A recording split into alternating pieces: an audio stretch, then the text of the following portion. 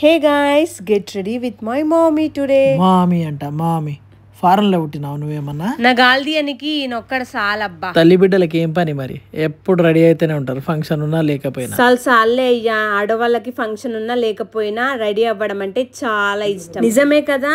మరి కామెంట్ చేసి చెప్పండి, మీ అందరికి రెడీ అవ్వడం ఇష్టమో లేదో. నేను రెడీ అయినాక ఇంకా మా మమ్మీని కూడా రెడీ చేస్తున్నాను. మీ మమ్మీని రెడీ చేస్తున్నట్లేదు, ఆ ముఖం మీద ఉన్న బూజు దులుపుతున్నట్టుంది.